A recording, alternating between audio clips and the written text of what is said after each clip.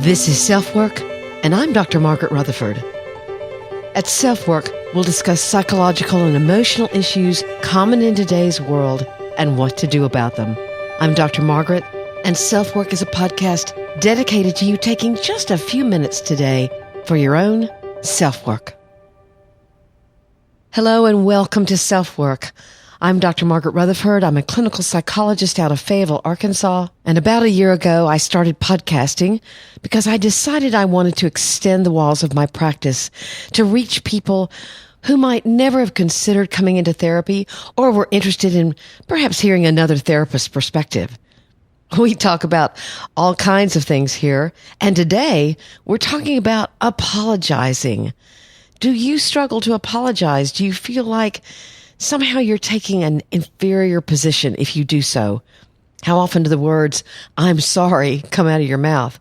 We're going to talk about good kinds of apologies, ones that make a big difference, and crummy kinds of apologies. We'll review some research on the idea that there are gender differences in apologies, differences between the way men and women apologize. We'll touch on what you learned in your family about apologizing and how that's important. And then 3 reasons why I believe it's really vital in your relationship to be pretty comfortable with saying, "I'm sorry." Then, as we always do every episode, I've got an email from a listener. And by the way, I love it when I get emails from y'all.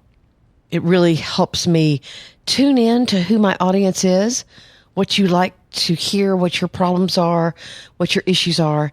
So I'll give you my email in a few minutes, and I'd love to hear from you. But this listener has listened to my podcast on perfectly hidden depression, and she had a great question. She's afraid if she revealed her depression to her partner, then it will negatively affect her relationship. So she had some questions about that, and I'm going to answer them. So thanks for being here. And we're going to talk about apologizing.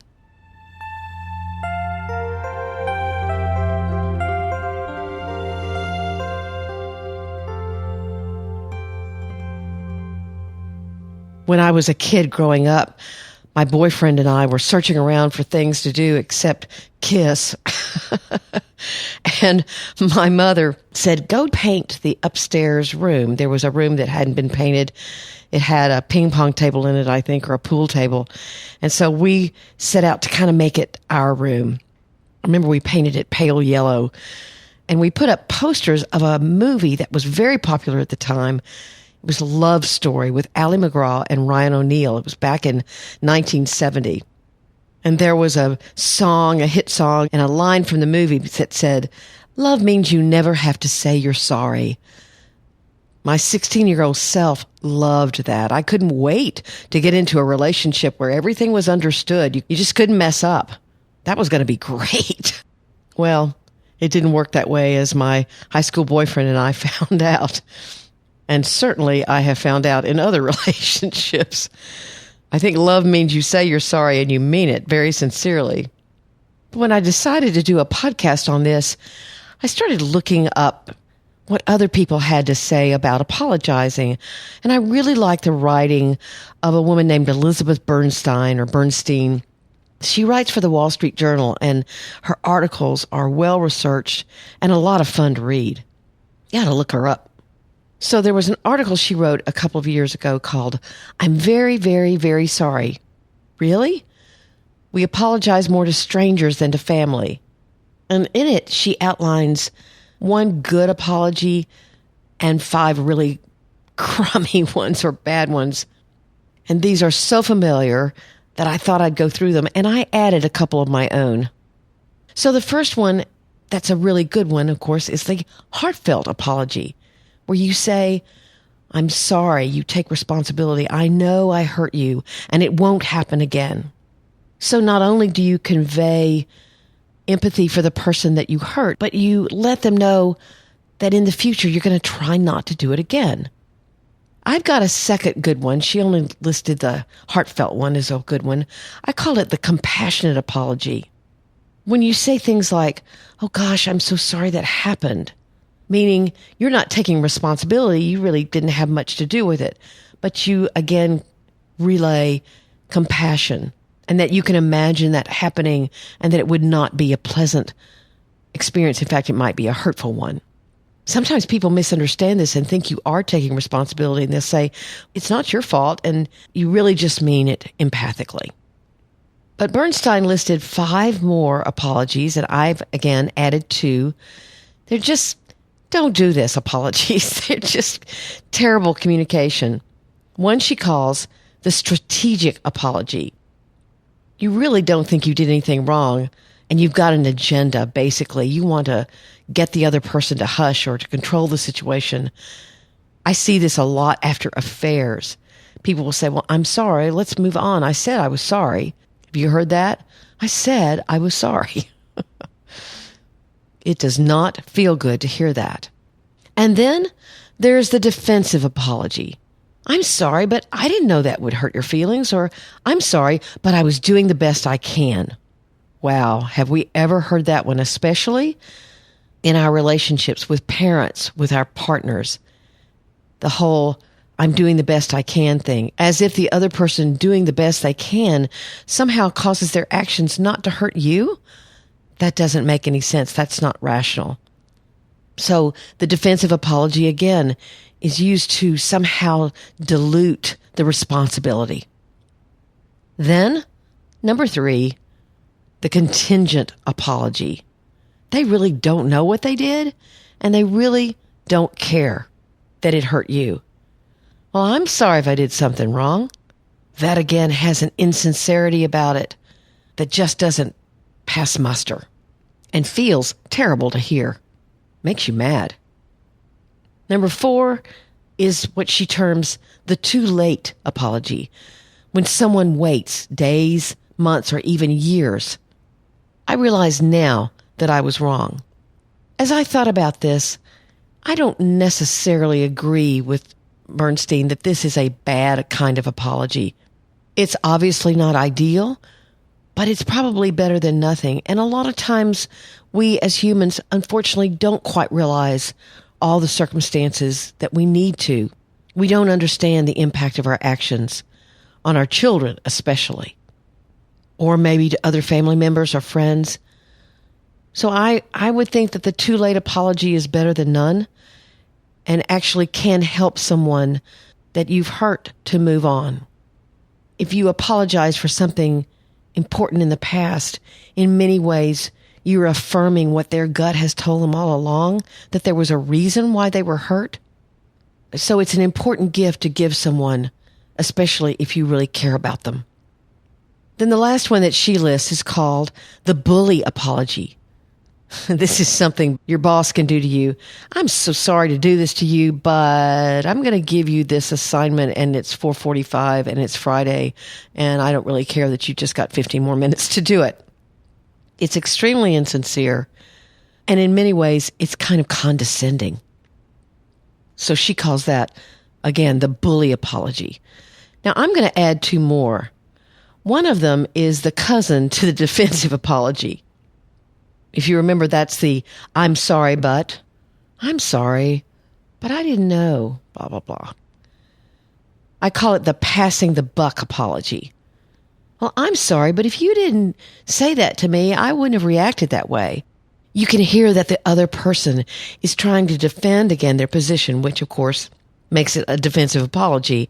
But they're not just defending, they're also saying that really their response was based on something you said or did. And so it's really your fault that you're hurt. This is pretty manipulative as someone tries to turn the tables and make their actions about you. An even more egregious one is what I term the gaslighting apology. We talked a little bit about gaslighting in the last podcast on narcissism. It's when you're really denying the reality of someone's perceptions or experiences and basically telling them it didn't happen. And I don't know if you've ever heard this, but I have. When someone says, I'm sorry you remember it that way, as if your memory is somehow faulty. Again, you can hear the manipulation. This person definitely has the intent to pull the rug up from under you. sometimes it's hard to catch, especially if it happens over and over and over. I wrote a post on the importance of apologizing a couple of years ago on my website, and I got this irate message back from a man saying I was trying to feminize men, that women apologized and were comfortable with apologizing, but that men weren't, and I needed to leave that alone. There's actually research on gender differences, and I've included a link in the show notes from an article by Dr. Jennifer Thomas, who quoted the research and said that men actually will apologize at the same rate as women, but they view an apology-needed behavior differently, meaning they might not apologize for something that women would apologize for. The research shows that women do apologize more than men in general. They don't have as much of a barrier. They don't feel like they're losing status, which some men somehow feel like they are if they apologize. But what I've noticed in my practice is there's a huge family connection as well. If you don't learn to apologize in your family growing up, then you're much less likely to apologize, obviously, as an adult. Maybe you grew up in a family where no one apologized for anything. You're either taking a one-down position by uttering such words, or there just simply wasn't a lot of caring about the impact of actions on each other. You didn't see your parents apologize to each other. They either argued a lot and there was no resolution, there was no negotiation or compromise, or their word ruled, and they simply took a very authoritarian stance as parents. They were in control, and they didn't need to say they were sorry. They didn't need to apologize. My take is that we all are going to be disappointing and frustrating sometimes. We're human beings. In a relationship, if you're going to be happy, I think it's important to take responsibility for your own actions. Disappointments are tolerated in a good, healthy marriage, but they can get overwhelming at times. So I think there are 3 things that are very important about apologizing in your relationship. First one is saying you're sorry means that you recognize that your behavior has an impact on those around you. What you say, what you don't say, do, don't do. It reflects that you notice that impact and frankly care about the person you may have unintentionally hurt or disappointed. The second reason is saying you're sorry avoids the cycle of fighting about who's right and who is wrong. We all have our perceptions and our own truth. But if you fight about who's right all the time, your marriage won't make it. Your relationship will not be healthy. Unless a discussion is about something extremely factual, like what you ate for breakfast, all we have is our perceptions. And the third reason is saying you're sorry builds trust. It's very simple. You're taking responsibility for your part of things. You're giving to someone else what it feels good to receive. So it's a wonderful gift to give. It's not a loss of status, not a loss of power, but a gift. Just a simple statement like, I'm sorry I forgot to go by and pick up those meds. I can do it tomorrow morning if that would help. Just a simple acknowledgement, a sincere statement of recognizing your impact on someone else. Not only do you care, but you let them know that you care.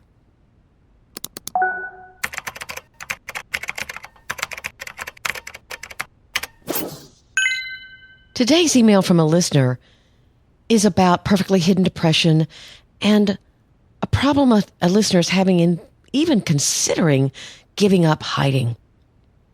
She says, "Hi, Margaret. Thank you for your blog and your podcasts. I was amazed when I found the list of signs for perfectly hidden depression.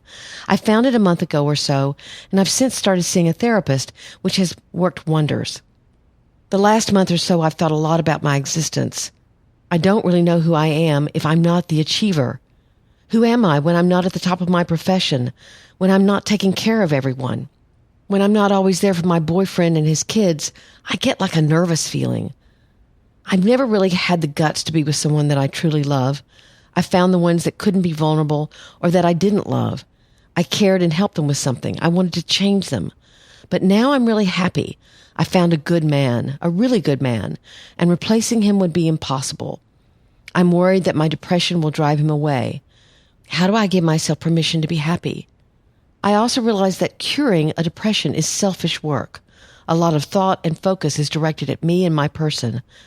The focus should be on everyone else, not on my well-being. The mask should come off eventually, right? So here's my answer. Hello, it sounds as if you're on quite a journey, figuring out that you only valued yourself for what you can do for others. I don't believe that focusing on yourself is selfish. Rather, it's about self-awareness, not selfishness. If you're self-aware, and of course some of that means honoring and respecting your own pain, it can free you to be whatever you want, and that can include giving to and caring for others. If you've been attracted to a good and healthy man, letting him see your vulnerabilities will only make the two of you closer. If he's capable of understanding, of having empathy, talking about who you really are is healthy. Not doing anything about being depressed or anxious is quite another thing and can actually be very wearing on a relationship.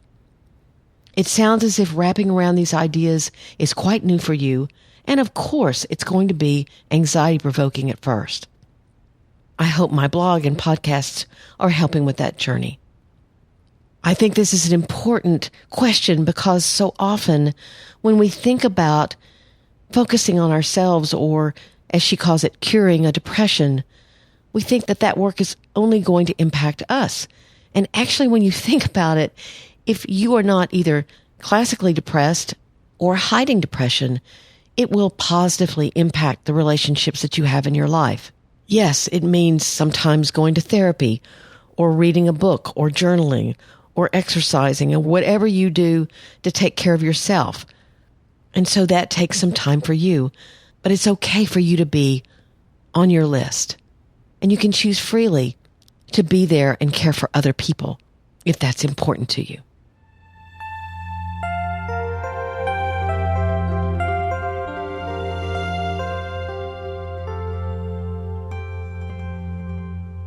I want to thank you for being here and listening to SelfWork today. You can reach me in lots of different ways. My website is drmargaretrutherford.com. My email is askdrmargaret@drmargaretrutherford.com. And again, I love to hear from people.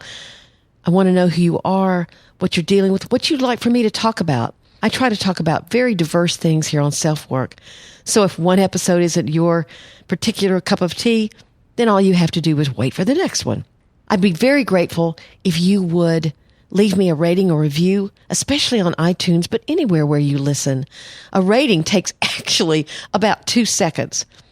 A review may take a minute, and you can remain anonymous, but those kinds of ratings and reviews keep me in the top listings on iTunes, and that way I can get exposed to a larger audience. So you're really helping me out, and I would be very grateful for that.